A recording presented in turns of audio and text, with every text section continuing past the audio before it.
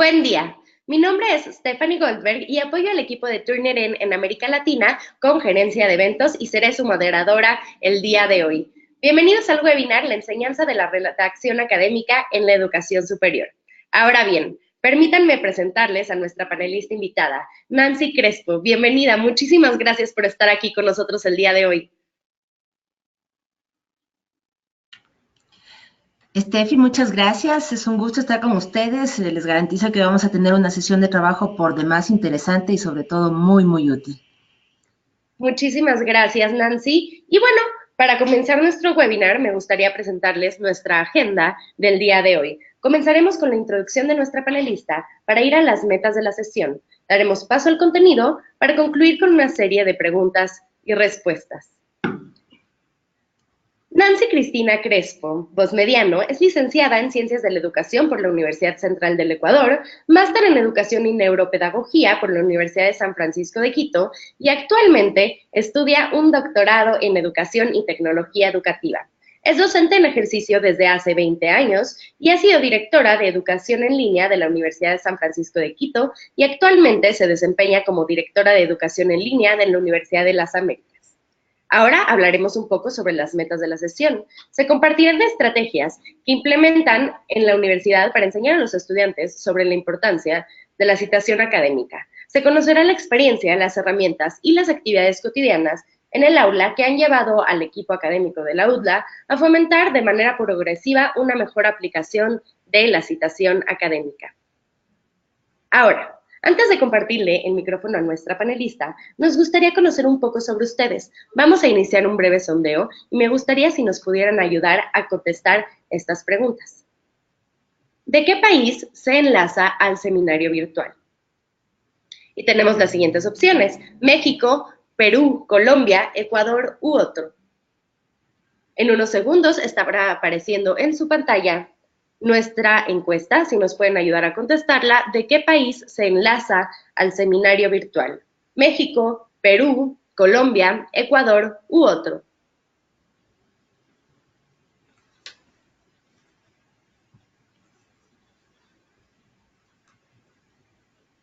Les pedimos si pueden contestar directamente en su pantalla, no es necesario que contesten en el chat. Muchísimas gracias a los que lo han hecho. Vamos a dar unos segundos más.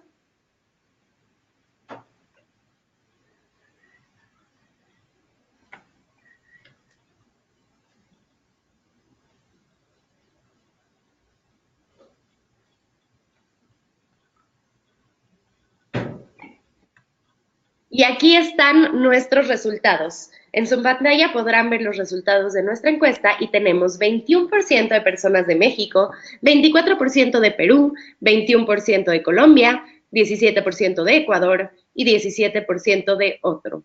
Les agradecemos mucho por estar con nosotros y voy a aprovechar para lanzar la segunda pregunta, que es ¿qué rol cumple en su institución? Y puede seleccionar una de las siguientes: administración, docencia, informática o tecnología, investigación o editorial u otro. Vamos a dar también aquí un par de segundos para contestar.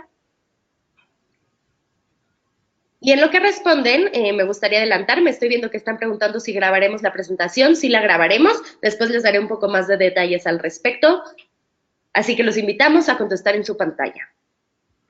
¿Qué rol cumple en su institución? Administración, docencia, informática o tecnología, investigación o editorial u otro.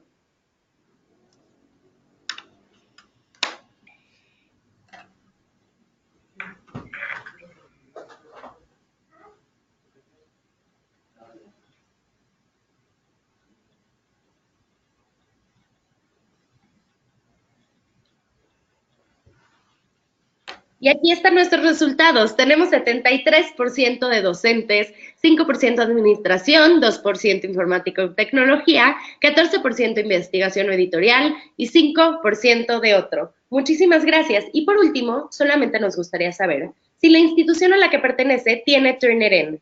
Las respuestas son sí, no o no lo sé. Vamos a dar un par de segundos también para que contesten por aquí en sus pantallas.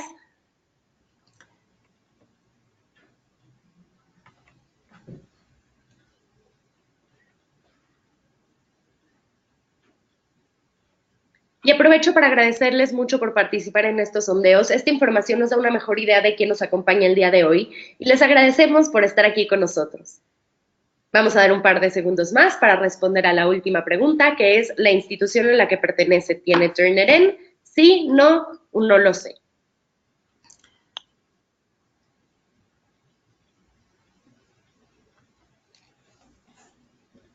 Y aquí están nuestros resultados. Tenemos 59% que sí, 20% que no y 21% que no lo saben. Muchísimas gracias por responder a estas encuestas y me gustaría platicarles que con el hashtag #CharlasTurnitin podrán enviarnos sus dudas en redes sociales y también en el chat de la plataforma mientras la sesión está en curso. Intentaremos cubrir la mayoría de las preguntas, pero es muy probable que no lleguemos a todas y les agradecemos mucho por enviárnosla. Y también aprovecho para comentarles que como seguimiento a esta sesión estarán recibiendo en su correo electrónico en un lapso de 24 horas aproximadamente un enlace a la grabación de la sesión y un enlace para tramitar su constancia de participación. Ahora sí, procederé a compartirle el micrófono a nuestra panelista invitada. Voy a hacer aquí un cambio para que ella pueda poner su pantalla y les agradezco mucho que le pongan mucha atención. Aquí estoy haciendo a Nancy presentadora.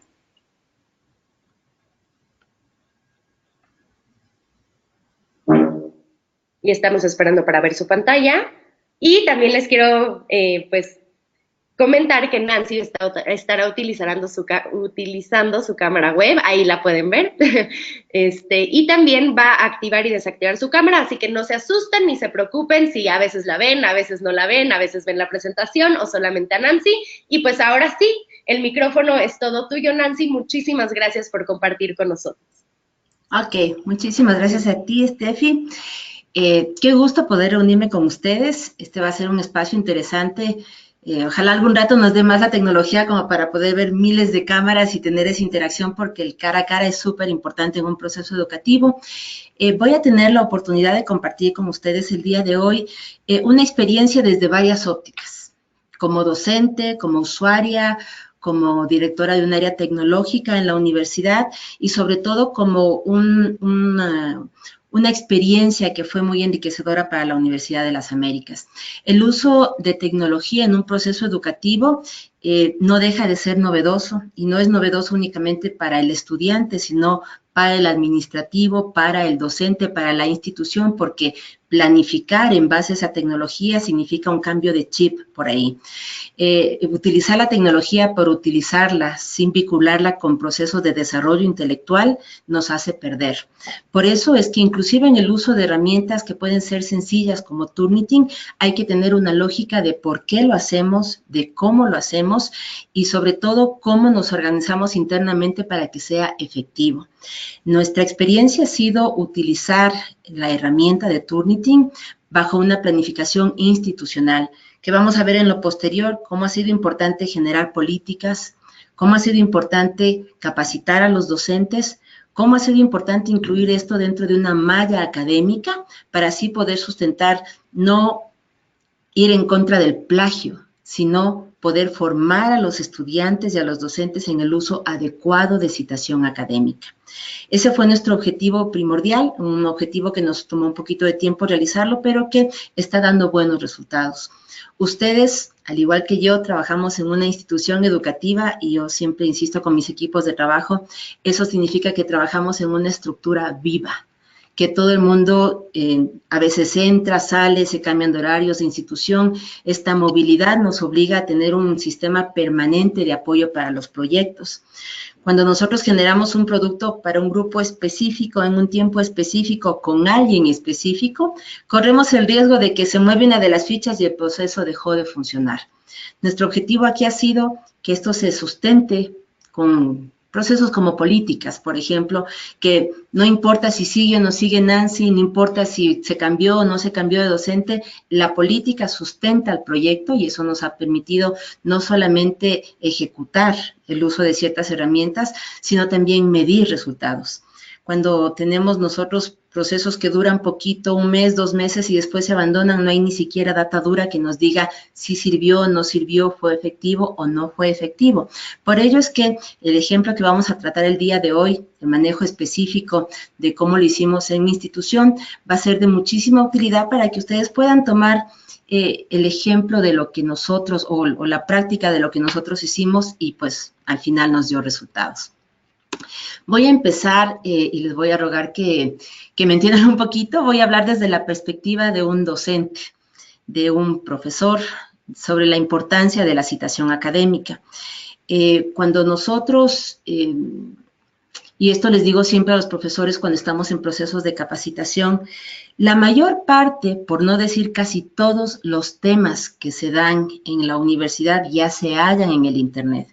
Y se hallan con videos, con animaciones, con Powerpoints, o sea, maravilloso. La información está en todas partes. El arte de la docencia ahorita es poder combinar destrezas para que los chicos empleen mejor esta información, esta avalancha de datos que reciben todo el tiempo, y también que esta información se transforme en conocimiento para que signifique o para que represente un aprendizaje significativo. Cuando nosotros nos arriesgamos a ser docentes universitarios, tenemos que tener muy en claro que probablemente estos alumnos van a estar por última vez en un proceso formativo en el que alguien les puede decir, así se tienen que hacer las cosas. Y no me refiero únicamente a la parte de conocimiento, sino a la parte de vida, a lo axiológico. Por eso, utilizar, inclusive la nominación en mi universidad no se utiliza filtro de plagio, se utiliza un filtro de similitud. Y no estamos apoyando el uso de filtro de similitud, sino ayudando a la formación académica de los chicos para que aprendan a citar y a respetar los derechos intelectuales del otro de manera correcta. Bajo esa perspectiva es que nosotros empezamos a trabajar. Les decía hace un momentito qué es lo que deseamos formar. Cuando a un niño nos está diciendo, mami, ¿puedo esto? No. Mami, ¿puedo esto? No. Mami, ¿puedo esto? No. No le estoy enseñando, simplemente le estoy prohibiendo. Y cuando no existe un razonamiento lógico del porqué de esta prohibición, pues los chicos simplemente lo siguen haciendo. Y aunque no lo crean, este mismo proceso se mantiene a lo largo de la vida de los seres humanos. Solo cuando recibimos información y la razonamos, solo cuando una emoción está de por medio en el proceso de aprendizaje es que el aprendizaje logra hacer algo significativo. ¿Qué es un aprendizaje significativo? Algo que permanece en nuestras vidas y que es útil, que llega a ser útil en alguna instancia, ya sea laboral, personal o en diferentes facetas que tengamos. Por eso, nuestra apuesta ha sido irnos por ahí, ir impulsando desde la formación de los chicos y de los profesores que el manejo de una cita adecuada es un recurso para la vida, que ser honestos no es una cuestión de mi grupo de amigos o mi clase en la universidad, sino que hay que tener proyección para la vida. Y les voy a comentar un casito que escuché hace unas 2 semanas que realmente me sacudió. Me imagino que igual en sus países existen estos centros de apoyo para estudiantes en los que los chicos dan las contraseñas de las claves de sus plataformas y estas empresas les hacen los deberes, los cuestionarios y millones de cosas. Los chicos pagan algo y obviamente como la plataforma no tiene un buen filtro de seguridad, queda como que fue un trabajo hecho por el estudiante. Pero fíjense ustedes, llegué a escuchar un caso testimonial de una estudiante que salió de otra universidad, que egresó la chica, que consiguió un súper buen trabajo en una instancia internacional, pero en su vida universitaria había cometido este delito, por decirlo de alguna manera, dio su contraseña, pagó para que alguien le resuelva unos cuestionarios y le apoyen una tesis, les pagó, ya se graduó y no hubo ningún problema. Pero poco después, esta misma empresa le empezó a contactar porque se quedó con información de la chica, a decirle, ¿sabrá tu jefe que te ayudamos a hacer tu tesis? ¿Sabrá la gente con la que trabajas que tú nos pagaste para que te hagamos estos cuestionarios de último semestre? Y le empezaron a chantajear. La falta de honestidad, la falta de claridad, de no aprender a capacitarnos para la vida, puede acabar generando este tipo de situaciones. Y yo sí apelo mucho a que es importante que los docentes nos tomemos un poquito de tiempo para explicarles a los chicos qué significa esto de honestidad académica. y el nivel de incidencia que puede tener en su vida, no solamente como estudiante, sino en su vida profesional. Por eso, empezamos nosotros el tratamiento de la honestidad académica desde esta perspectiva y también les enseñamos a los chicos de manera transversal cómo manejar toda esta avalancha de información, cómo tomar esta información, cómo citar, pero sobre todo buscamos generar algo que debe ser un principio de vida en todos los seres humanos, que es el aprender a desarrollar el pensamiento crítico, que no es innato, que hay que trabajarlo y que cuando tenemos, yo que sé, algún tipo de clase en la que se limitan a decir, a ver, mire, copie, entendió, sí o no, chao, no se desarrolla pensamiento crítico. Se desarrolla pensamiento crítico cuando mandamos a los chicos a hacer investigación y le preguntamos, ¿por qué tomaste este artículo? ¿Quién es la persona de la que estás haciendo referencia en tus trabajos? ¿En quién te fundamentas? Los chicos a veces se dejan llevar, inclusive ellos, por este concepto del nativo digital, y ahí me permite mi punto de vista. El nativo digital, dependiendo de varios autores, tiene ciertas perspectivas, ciertas características. Una cosa es que los chicos se pasen con este aparatito todo el tiempo y que duerman con el teléfono debajo de la almohada. Me acuerdo que había un caso de un estudiante que metía la mano en la mochila y mandaba mensajes sin ver al teléfono, solamente con la mano dentro de la mochila. O sea, desarrollan cierto tipo de destrezas. Pero las destrezas para aprender en un ambiente virtual son diferentes. Y esas destrezas se tienen que ir trabajando con los estudiantes. Hay que enseñarles a consumir información, hay que enseñarles a elegir buenas fuentes de información, hay que enseñarles cómo se cita esa información para que no sea un delito y hay que orientarles sobre la importancia de seleccionar la información adecuada para ellos. Escuchaba alguna vez en una clase que el profesor les decía, prohibido tomar información de Wikipedia, prohibido tomar información de monografías.com, prohibido el rincón del vago y todos los prohibidos. Y después yo me quedé como que ya esos son los prohibidos, ¿cuáles son los permitidos? Sí puede buscar en Google Academic, pero hay miles de restricciones y una recomendación. Entonces, dependiendo del área, hay que enseñarles a los chicos a buscar, a que sepan de quién van a tomar información, a saber por qué esa información va a apoyar su proceso de aprendizaje y cómo eso le va a ayudar, insisto, a lo que comenzábamos hace un momento, a que sea un aprendizaje significativo. Fíjense ustedes, cuando nosotros vinculamos la parte emocional con la parte de aprendizaje, estamos básicamente cumpliendo con uno de los puntos más importantes que se da ahora a través de la neuropedagogía. Los aprendizajes más significativos son aquellos que están vinculados a una parte emocional. Y no importa si hablamos de chicos de preescolar, de colegio, de universidad, de maestrías, de doctorados, tiene que haber una parte emocional que fije lo que estamos enseñando a los estudiantes. Más allá de haga el deber, más allá de entregue este informe, hay un compromiso como docentes que debemos mantener y este compromiso es enseñarles a los chicos cómo aprender bien. Porque, insisto, este tipo de destrezas y debilidades no son innatas, se enseñan, se practican, se van fundamentando con la realización cotidiana, con el hábito y así llegan a ser significativas y permanentes. Principio básico de educación de Piaget, se aprende por imitación y por repetición. Si un profesor manda a los chicos a estudiar o les entrega material sin citación, sin fuentes o peor, tomando un texto de otro como que es suyo, pues esta imitación y repetición se maneja en todos los niveles y en las edades de los seres humanos. Por eso es importante vincular al docente en este proceso. Para nosotros poder lograr este tipo de vinculación, hemos trabajado con el manejo de filtros de plagio, filtros de similitud, hemos trabajado también con diferentes estrategias y hemos tratado de que este tipo de prácticas no sean esporádicas, sino que estén vinculadas a ciertos procesos, que sean permanentes en diferentes procesos. Por ejemplo, si nosotros, permítanme un ratito que no me corre esto. Por ejemplo, si nosotros vemos cuál es la práctica concreta que tenemos en la universidad, pues utilizamos el filtro y utilizamos la preparación de los chicos sobre procesos de citación desde el primer semestre.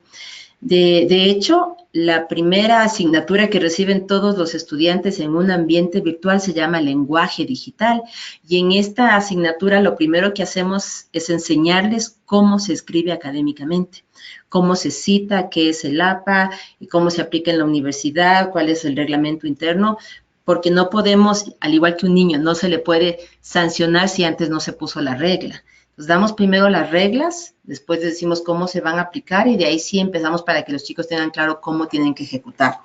Nosotros usualmente recibimos ya todos los documentos para el filtro de similitud, tanto en tareas académicas de todas las materias regulares en español como en inglés, en la medida de lo posible.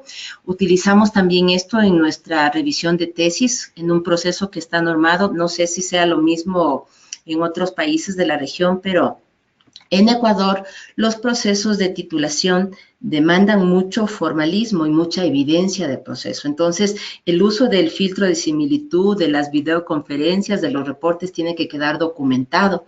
Y en eso Turnitin nos ha ayudado muchísimo para guardar como evidencia y para que los chicos vean que la tecnología sirve para divertirnos, para actualizarnos, pero también para dejar en evidencias prácticas que de pronto no son las adecuadas. Le veía a una chica que traía un reporte que parecía un arcoíris, tomado de, y decía, es que sí tomé, y le decía, es que el objetivo no es tomar la información, es tomar un fragmento y argumentar de tu parte, parafrasear, sustentar, utilizar esa información para enriquecer tu trabajo. Y ahí viene un principio más desde los educadores. Fíjense ustedes, enseñarles a los estudiantes a consumir de manera adecuada la información que está en el Internet, pero también prepararlos para que puedan ser futuros generadores de información para esos mismos espacios. Si los chicos se acostumbran únicamente a estar consumiendo, estamos perdiendo. La generación de hoy tiene una capacidad de recibir información de manera impresionante, pero ¿qué hay de la capacidad de producir, de crear, de cuestionar, de criticar? Esa se está quedando de lado.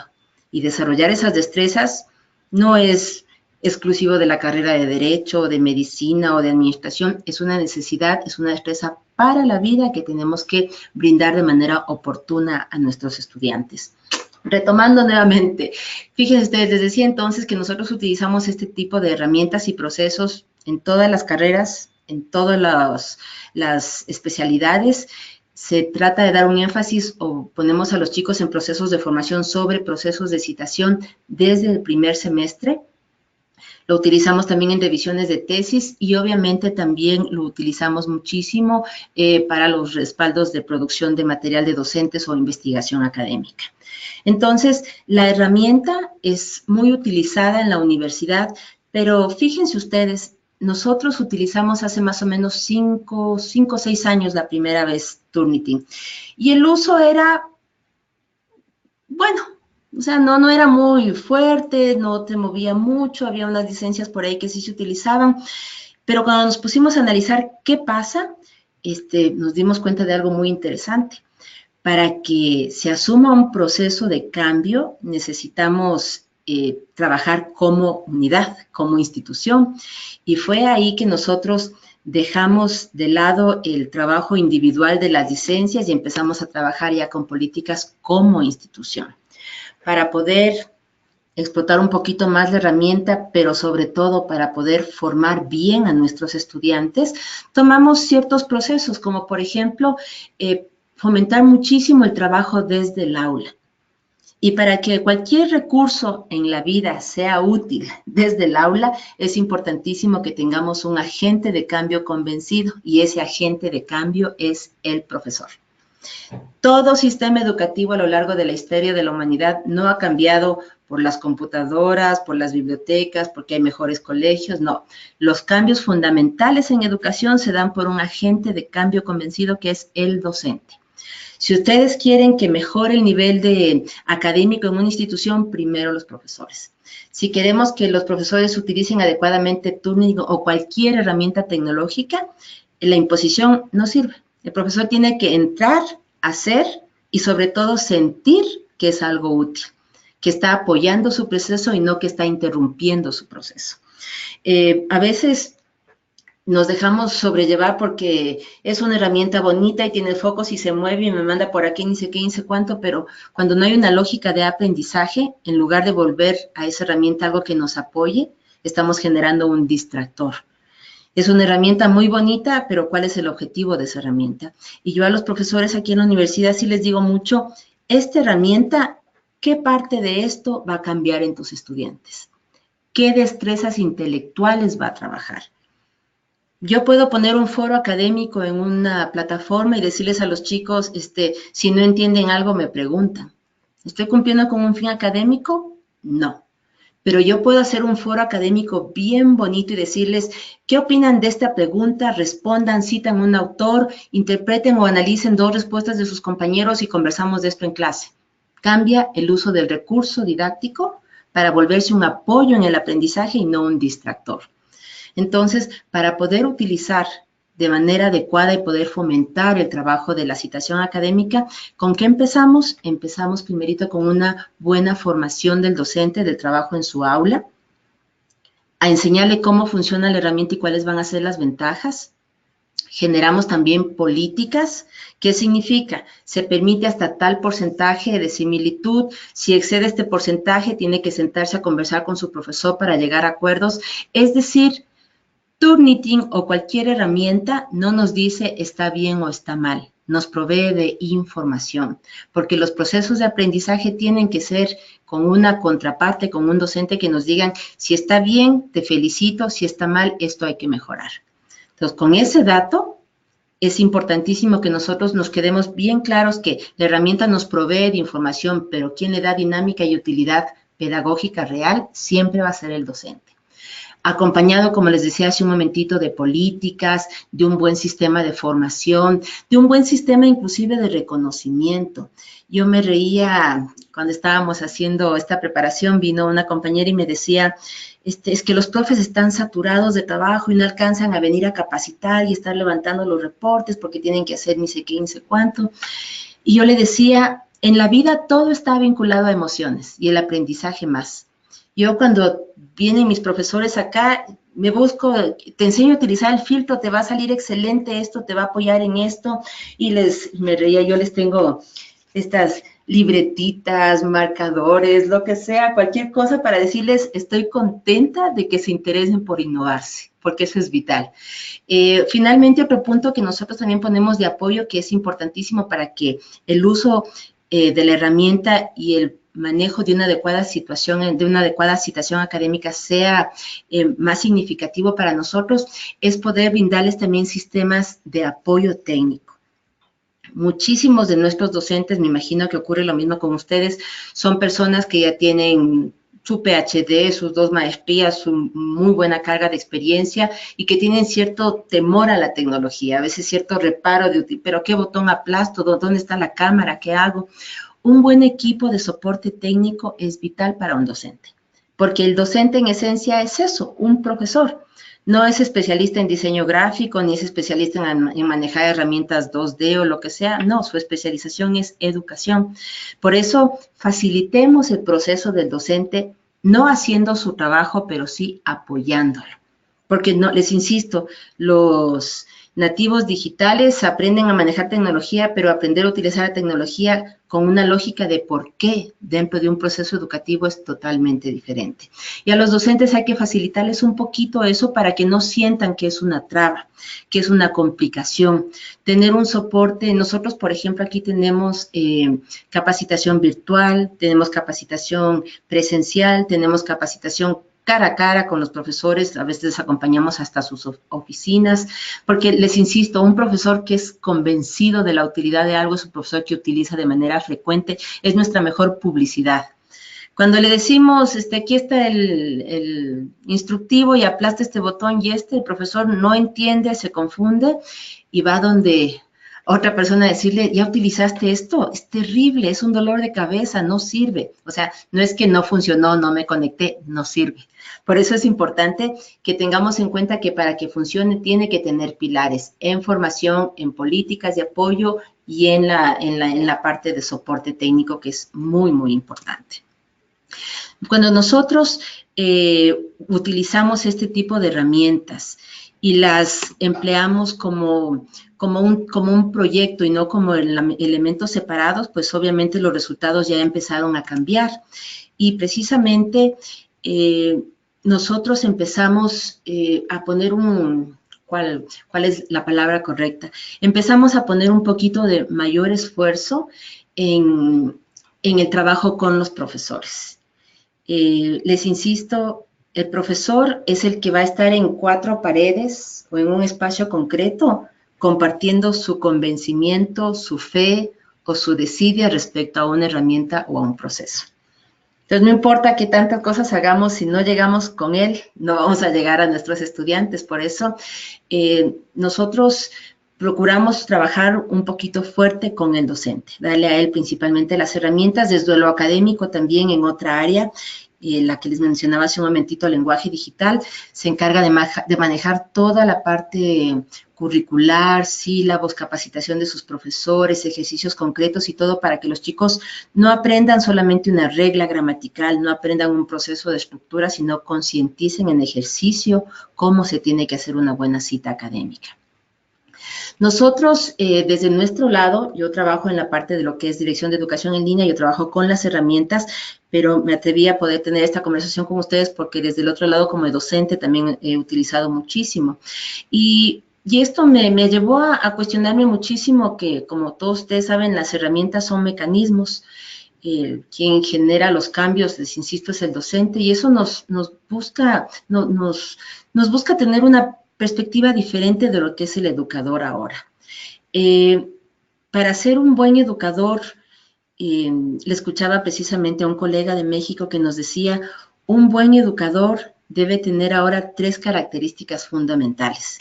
Y esas características, según nos decía él, están vinculadas no únicamente a la academia, sino ya a otras áreas.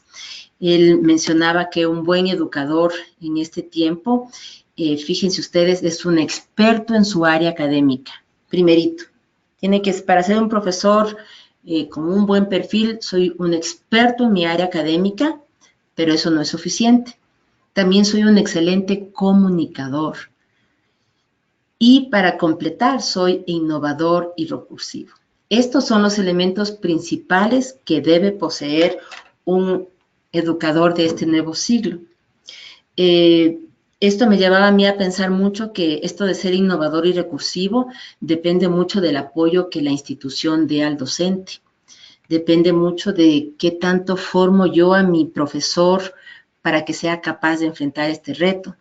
Yo puedo ser muy innovadora y muy recursiva, pero si no tengo una plataforma de aprendizaje adecuada en mi lugar de trabajo, no voy a poder hacer mucho. Puedo ser innovadora y recursiva, pero si no tengo políticas de apoyo institucional, no van a tener mucho impacto en la comunidad. Puedo ser innovador y recursivo, pero si no tengo una formación permanente que me ayude a ir creciendo, voy a dejar de lado muchísimos espacios que yo debería compartir con mis estudiantes. No importa de qué materia seamos, no importa qué asignatura sea la que trabajemos, siempre tenemos un compromiso profundo que va más allá de la parte de conocimiento. Les insisto, es esta parte de formar. Aquí cité a uno de mis autores preferidos, Eduardo Punset, nos decía, para lograr aprendizajes significativos se debe lograr relaciones significativas. Y el uso y el aprendizaje y la fijación de contenidos depende mucho de estas relaciones significativas. Yo capacito mucho a docentes y les decía que el lenguaje corporal es vital, porque un profesor puede entrar al aula y decirles, estoy leyendo este libro y también les recomiendo que se lea. ¿Ustedes me creen que les recomiendo que se lean ese libro? No, mi lenguaje corporal lo dice todo. Y esto ocurre igual en el aula de clase, igual en la videoconferencia, igual en el espacio en que yo estoy compartiendo con mis alumnos. La manera en que yo les diga, chicos, hay una herramienta que es súper buena y les va a ayudar a evitar que les hagan acusaciones sobre plagio, les va a ayudar a enseñar a hacer citaciones académicas, les recomiendo que empleen. O chicos, entren a esta biblioteca digital, van a encontrar recursos buenísimos, van a ser súper útiles para ustedes. Ese convencimiento en el discurso, en la palabra, en el hecho, es el que en realidad empieza a generar cambios significativos. el que en realidad empieza a generar curiosidad en nuestros estudiantes. Muchos de ellos no van a volver a un sistema educativo formal, así que la última opción para muchos de escuchar de referencias, de herramientas, de procesos, de hábitos, va a ser ahorita con los estudiantes, con sus docentes durante estos últimos años de universidad, y por eso hay que aprovecharlo. Les insisto, la información está en todas partes. Desarrollar aquí habilidades que nos permitan consumir esa información de manera adecuada para mejorar mi calidad de vida, ese es el reto del profesor ahora. Y por eso es que nosotros estamos siempre interesados en combinar, sí, la parte académica, sí, la parte formativa, sí, la parte de conocimientos, pero también esta parte de que nos permita hacer un trabajo un poquito más profundo con ellos. Estas frases de Francisco Mora me impactaron muchísimo. Es un científico, pero muy vinculado con educación. Y nos decía que las herramientas tecnológicas son recursos valiosos y extraordinarios. Y me gusta esta palabra, pero los docentes son las joyas de la corona en educación. Esa joya de la corona merece ser muy bien capacitada. Esa joya de la corona, ese docente que va a generar el cambio, necesita estar convencido de la utilidad y necesita también tener claridad de lo que está haciendo. Si nosotros, de un modo u otro, no fomentamos en los docentes la investigación, es muy poco probable que él fomente la investigación en sus alumnos. Si el profesor no escribe, no presenta generación propia, no tampoco va a generar o va a pedir o va a demandar de sus grupos esta producción. Entonces, les insisto, como mencioné hace un momento, aprendemos por imitación y por repetición. Necesitamos docentes que utilicen tecnología, que consuman información, que produzcan información y que puedan generar estos espacios propicios para que no aprendamos únicamente datos, sino para que generemos hábitos, para que tengamos claridad en toda la parte relacionada con valores, con lo que nos espera en el futuro inmediato ya a nivel profesional. Este tipo de recomendaciones vitales para un estudiante realmente son espacios que los docentes no podemos dejar de lado. Es cortísimo el tiempo, es cortísimo la cantidad de alumnos con las que podamos trabajar. No sé si la tasa mejoró ya un poquito más en mi país, pero en Ecuador menos del 5% de la población llega a terminar educación superior, mucho menos del 5%. Entonces, si tenemos en nuestras manos a futuros profesionales, aprovechemos todo lo que podamos para darles elementos y herramientas para la vida. Por eso es que fomentamos, por ejemplo, esto de que enseñar lo que es honestidad académica y la trascendencia en su vida profesional no es algo, no es una charla, es realmente un tema importantísimo. El ejemplo que les mencionaba sobre este tipo de chantaje, ¿quién se puede imaginar que por pagar $10 a alguien que te haga un cuestionario puedes recibir un chantaje cuando tienes un buen puesto, cuando tienes la posibilidad de un buen ascenso, cuando tienes familia? Entonces, no es una decisión de un momento, sino realmente es un riesgo de vida no ser honesto, especialmente no ser honesto en la academia. Les decía hace un ratito que nosotros trabajamos mucho con el profesor desde su práctica, porque él es nuestro agente de cambio. Entonces, en las aulas procuramos mantener esto, especialmente en la parte del lenguaje digital, manejar no solamente la citación, sino también redacción, ortografía, políticas, citar siempre la importancia, las sanciones que se pueden presentar, si es que se incide en si se cae en algún tipo de complicación legal. Es importante que no asumamos que esto los chicos ya lo saben. Es siempre importante reiterar, siempre importante volver a decirles cuáles son las políticas y qué es lo que la institución está comprometida en hacer con ellos. Yo siempre les digo a los docentes que la educación no es un proceso de magia y que nos toma mucho tiempo. En alguna ocasión que estaba en alguna consulta me decía la mamá de un pequeñito, es que ha sido todo así y tiene problemas para escribir y es desordenado y no sé qué, y la queja, y me decía, le mandé una terapia para este niño y me decía, ¿y en cuántos días, en cuántas semanas ya estará bien o meses?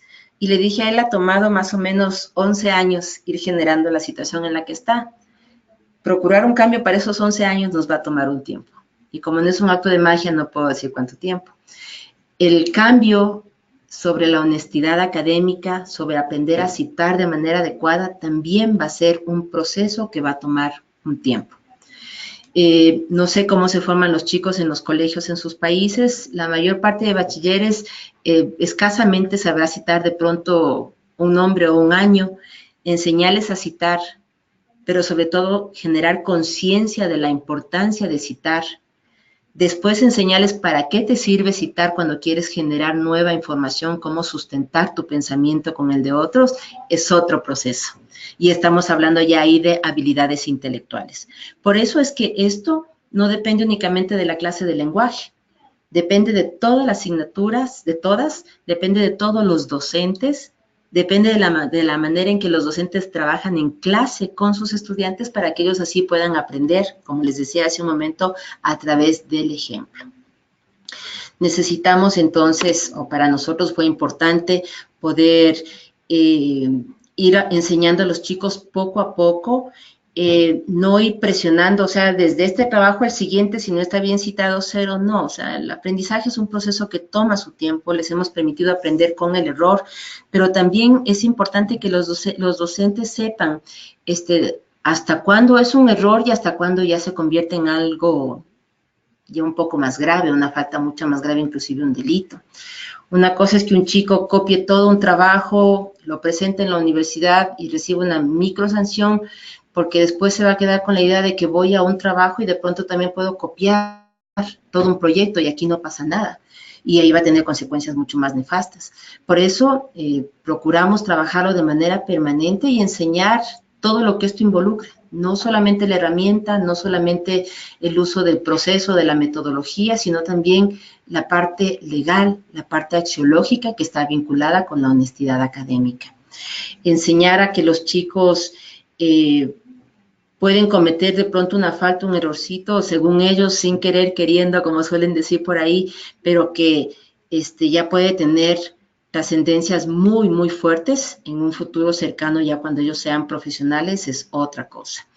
Entonces, procuramos tratar eso de manera permanente con ellos y también generarles un poco de conciencia, o sea, plagiar no nos deja crecer, o sea, es tan simple como eso. Si tú tomaste texto de una persona y lo pegaste, ¿cuál es el aprendizaje? ¿Qué te queda? Como les decía hace un momentito también, el plagio nos expone a riesgos futuros como profesionales. En estos casos, Turnitin nos apoya muchísimo como una herramienta para enseñarles a los chicos en qué medida están haciendo bien o no están haciendo bien las cosas. Cuando nosotros les presentamos a los chicos los reportes en los primeros ejercicios y estos salen así repletos de colores, a mí siempre me ha parecido fascinante ver la cara de los chicos como, ¿yo hice eso? ¿En serio está copiado tanto? En serio, es una manera de sorpresa porque están generando durante años en la escuela, en el colegio, el hábito del copy-paste. Entonces, cuando llegan a una instancia que de pronto es la última, decimos, no, no puedes copiar, tienes que argumentar, citar y reflexionar, es como un shock, un desequilibrio lógico que diríamos de pronto en educación y les ayuda a tener un mejor proceso de reflexión y eso nos ha ayudado muchísimo para que tengamos un poco de mejores resultados desde ese punto de vista. También quisiera añadir algo más. Mi universidad, al igual que en muchos otros países, es sometida frecuentemente a procesos de auditoría, a procesos de acreditación, de categorización, y nos han pedido siempre una herramienta que nos permita ver que estamos fundamentando ya a nivel regional este tipo de buenas prácticas. Y hemos podido levantar reportes muy oportunos, muy buenos. La data dura para cualquier institución es valiosa. Decir que mis estudiantes entregaron 180,000 trabajos el año anterior, que hemos ocupado 15,000 licencias, que tenemos tales resultados, es significativo para la institución. Representa mucho para su estatus. Que si yo digo, sí estamos utilizando por ahí un filtro y no tengo nada, a veces no llega a ser de mucha utilidad. Yo sí veo inclusive el rostro de los estudiantes o de los docentes cuando decimos, ya tienes básicamente desarrollados 11 o 15 documentos académicos. Inclusive ellos incluyen ya estos documentos limpios, sin ningún tipo de objeción en sus portafolios, y profesionalmente ya estamos trabajando algo también con ellos. Nos parece que ha sido una práctica muy, muy importante. Querida Stephanie, no sé si manejo más de tiempo, me avisas nomás, por favor. ¿Sí? Estamos bien, tenemos todavía 15 minutos y tenemos tiempo para tener una breve sesión de preguntas y respuestas después de que concluyas. Ya, perfecto. Ya no tenemos muchas aquí. Fíjense ustedes, ¿qué es lo que está ocurriendo? Y no voy a hablar únicamente del plagio a nivel de citación académica. A nivel de valores, algo está ocurriendo en el mundo y es algo que en las aulas de la universidad sí debería medirse y trabajarse. Les decía hace un momentito, tuve chance de estar en Monterrey en noviembre y conversaba con una profesora del TEC de Monterrey que me decía, hay oficinas, en este edificio de al frente hay oficinas que les ayudan a los chicos a hacer los trabajos de la universidad y les cobran tanto y mandan mails, tienen Facebook, tienen todo y los chicos, tú ves ahí está la cola de algunos que van a hacer trabajos y no entienden el riesgo que puede ser para ellos. Y este punto no es solamente en la entrega de trabajos, vemos que hay suplantación de los chicos, por ejemplo, para presentarse en exámenes o evaluaciones, tanto presenciales como en línea, mixtas. Vemos que sin mayor reparo se entregan las contraseñas y los passwords de las plataformas de tus aulas de aprendizaje, que se copia cualquier cosa o que se cita como sea. Esto requiere de un tratamiento de la intervención del trabajo más profundo de los docentes. Requiere de la generación de políticas un poquito más estructuradas en las instituciones, porque caso contrario, yo creo que muchos estudiantes se van con la idea de que sí se puede hacer y no es malo, o sí se puede hacer y no hay consecuencias, o solo insisten en ser honestos y tanta cosa en la universidad, y no es así. O sea, estamos hablando de que enseñar a manejar una buena citación académica implica también tener convencimiento de lo que estoy aprendiendo. Les decía, no perdemos nada con decirles a los estudiantes qué es lo que en realidad puede llegar a pasar. Alguien que te esté llamando a tu oficina en una empresa internacional a decirte, le voy a avisar a tu jefe que copiaste en la tesis o que yo te ayudé a hacer tu monografía de tesis, es una cosa realmente complicada que ya va a mayores. Por eso les invitamos mucho a que cuando deseen ustedes fundamentar procesos como estos ya a nivel institucional, consideren estos puntos, que básicamente son los que vimos anteriormente. Es importantísimo capacitar a los docentes, brindarles material. Nosotros generamos aquí en la universidad, no mi área, sino el área de formación general, generó un micrositio en el que está actualizándose permanentemente las versiones de APA, que son las que utilizamos nosotros. Hay ejemplos, hay un foro, hay un chat. Es una herramienta muy bonita para que los chicos, independientemente de que lo estudien en una materia, cuando tengan que hacer una citación no tengan que estar buscando en qué versión estamos y cómo se pone, sino que están con la herramienta cercana a ellos. El servicio de soporte también ha sido muy importante, especialmente para los profesores. El trabajo más fuerte está con ellos. Insisto, no confiemos en que aquí está la hojita del manual y presione aquí. Hay que sentarnos, hay que convencerlos y hay que enamorarlos de la utilidad de la tecnología para su profesión, para su trabajo con los estudiantes. Procuramos también generar comunidades de aprendizaje. Estas comunidades son un espacio maravilloso para publicidad en proyectos educativos. Cuando usted hace por ejemplo, hicimos una pequeña reunión, un pequeño seminario sobre honestidad académica. Y era interesante porque ahí es cuando un profesor se sienta y le conversa al otro lo que está haciendo y si le fue bien o le fue mal.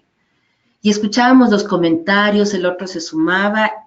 El testimonio de un par que hace lo mismo que yo hago, que tiene mis mismas cantidades de trabajo, de responsabilidades, diciéndome, yo utilicé eso, me fue bien, es lo mejor que podemos hacer. Porque podemos seguir mandando documentos, publicidad y lo que sea, pero el discurso del par en su comunidad de aprendizaje es lo que genera un poco más de convencimiento por parte de los usuarios. Para generar este tipo de de gusto por el uso de la herramienta de no complicación, tenemos varios espacios, trabajamos desde varias áreas.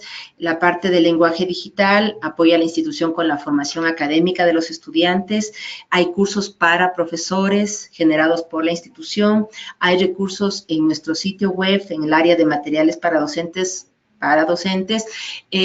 generamos eventos alternativos como con Turnitin o con otras universidades para intercambiar experiencias. Este hecho de diversificar los canales por donde yo puedo encontrar inquietudes, donde yo puedo encontrar respuestas o herramientas, ha sido muy, muy útil para los profesores. Y otro puntito más es que nos encanta reconocer el trabajo de los profesores. Ellos ya tienen evaluación de pares, evaluación de sus coordinadores, evaluación de los estudiantes y casi siempre sale, hay que mejorar en esto, en esto, en esto. A nosotros nos encanta reconocer el trabajo del profesor y decirle, hizo un muy buen trabajo.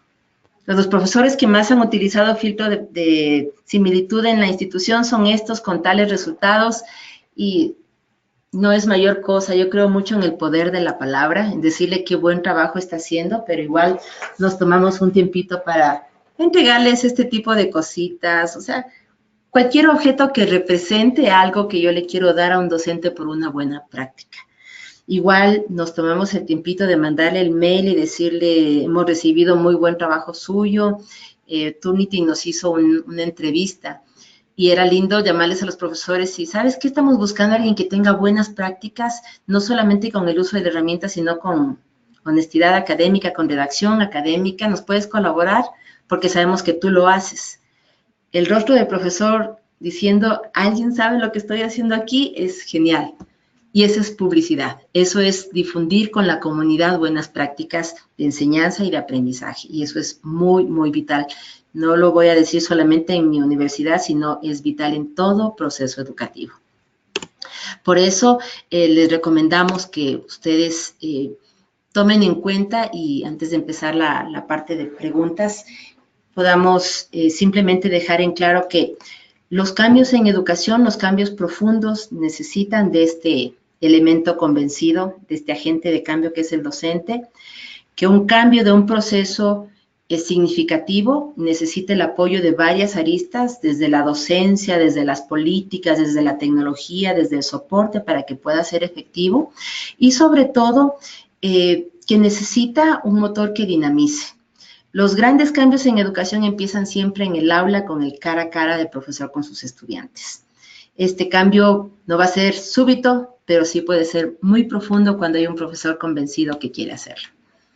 No sé, Steffi, empezamos con la ronda de preguntas. Claro que sí, muchísimas gracias. Pues tenemos muchas preguntas que han llegado, muchísimos comentarios. Y solo para empezar, quiero recordarles, les estaremos enviando en un lapso de 24 horas un correo electrónico con la grabación de la sesión, con el enlace para tramitar su constancia de participación y también les enviaremos las diapositivas que Nancy acaba de compartir. Entonces, para seguir con nuestras preguntas, por aquí Wilbert Tapia pregunta, ¿qué tipo de ejercicios propone para quienes se inician en la redacción académica a nivel universitario? Yo creo que antes de cualquier ejercicio necesitamos una buena fundamentación teórica. O sea, les podemos decir a los chicos cite, pero si no sabe exactamente cómo citar o aprende a citar un libro y después le sale la curiosidad, ¿y cómo cito un sitio web?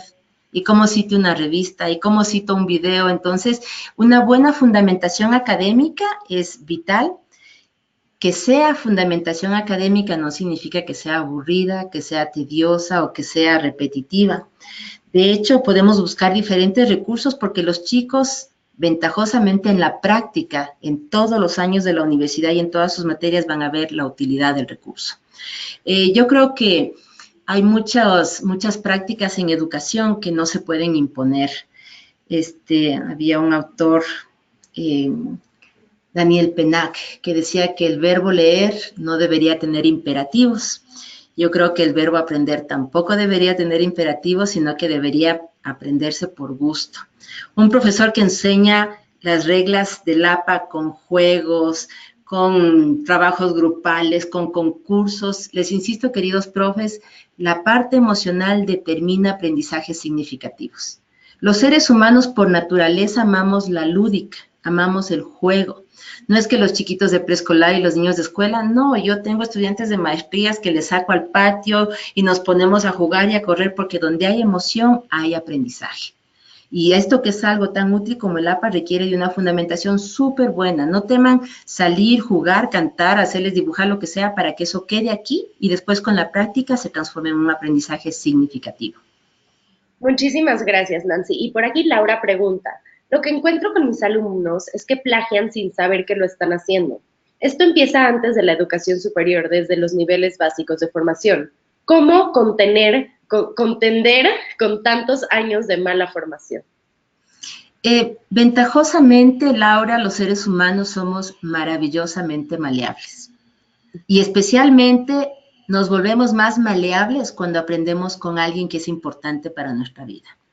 Cuando tenemos un profesor que llega al estudiante, este chico empieza a tener cambios no solo de procedimientos, sino de actitudes. Tengo dos pollitos, mi hija Paula y Pablo Andrés. Pablo Andrés tenía que entregar un trabajo y le digo, pero ya entregaste. Y era como las 8 de la noche. Le digo, ya hiciste. Y me dice, sí, pero está feo. Y es para el profe Joaquín. Entonces voy a repetir, mami. Le dije, repite. O sea, el profesor no le estaba pidiendo que lo vuelva a hacer. Hay un compromiso emocional que lleva a ese tipo de cambios. Y este componente emocional no desaparece en la educación superior. Al contrario, se vuelve mucho más cercano porque estamos hablando de dos adultos en un mismo proceso. Muchísimas gracias, Nancy. Tenemos muchas preguntas, no vamos a poder llegar a todas ellas porque solamente nos quedan 4 minutos, pero también hablando un poco de plagio, Henry pregunta, ¿qué acción pedagógica podríamos llevar a cabo cuando se presente un caso de plagio? Yo creo que lo más importante es tener reglas claras. El proceso de aprendizaje para citar dura un tiempo, pero mientras está aprendiendo también tiene que haber lineamientos, porque si no, especialmente los jóvenes siempre están como testeando hasta dónde voy. O sea, hoy te plagié un 15, voy a irme por el 18, veamos si me recibe el 20, veamos si pasa hasta el 22. Entonces hay que poner reglas súper claras. Les insisto, la herramienta no nos dice está bien o está mal, es permitido o no es permitido. La herramienta nos arroja datas. Es diferente que un estudiante me mande, yo hice un trabajo sobre neuropedagogía. La chica había tomado muchísima información, bloques, pero había también argumentado sobre esos bloques muchísimo. Entonces había un nivel de similitud muy alto, pero el trabajo reflexivo del estudiante era buenísimo. Yo tengo que sentarme y en educación el valor de la palabra es importante. Cuando usted se toma el tiempo de sentar con un estudiante o de escribirle algo y decirle, querida Steffi, el trabajo que hiciste está bien, pero observemos esto. Cuando se cita y se explica el por qué, puede darse un aprendizaje. Cuando simplemente se sanciona y se dice 0, está mal, copiaste, chao, es eso, son 4 segundos de palabras que se fueron. Entonces, la reflexión es un ejercicio cotidiano en educación. Cuando nosotros nos limitamos a entregar el trabajo y decir, ahí tienes el 0 y verás qué haces, no estamos enseñando nada. Estamos dejando la evaluación formativa para quedar en una nota que podría ni siquiera llegar a ser evaluación sumativa. Muchísimas gracias, Nancy. Ahora sí, la última pregunta que nos da tiempo de contestar es, ¿cómo motivar y generar buenos hábitos de redacción académica?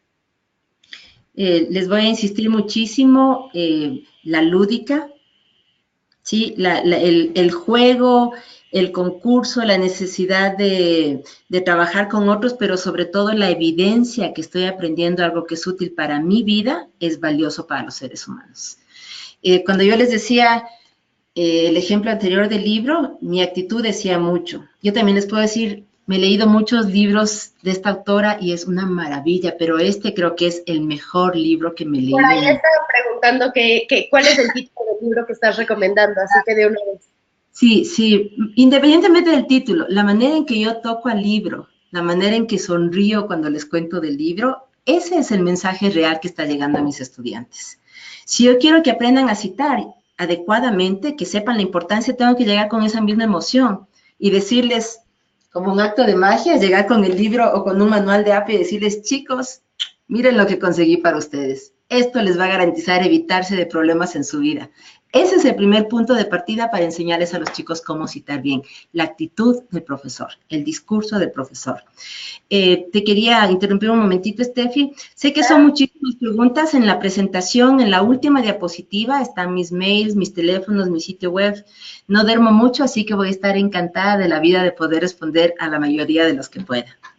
Muchísimas gracias, Nancy, gracias por esa apertura. Están viendo en la pantalla ahorita exactamente los datos de Nancy y pues estamos ya en tiempo de terminar este webinar, de agradecerles mucho por estar con nosotros, por acompañarnos. Gracias, Nancy, por compartir este conocimiento y muchísimas gracias a todos los asistentes por sus comentarios, por sus preguntas y una vez más les recuerdo que les enviaremos un correo con la grabación, con las diapositivas y con enlace para la constancia de participación. Muchísimas gracias por participar con nosotros. Un gusto, hasta luego. Hasta luego.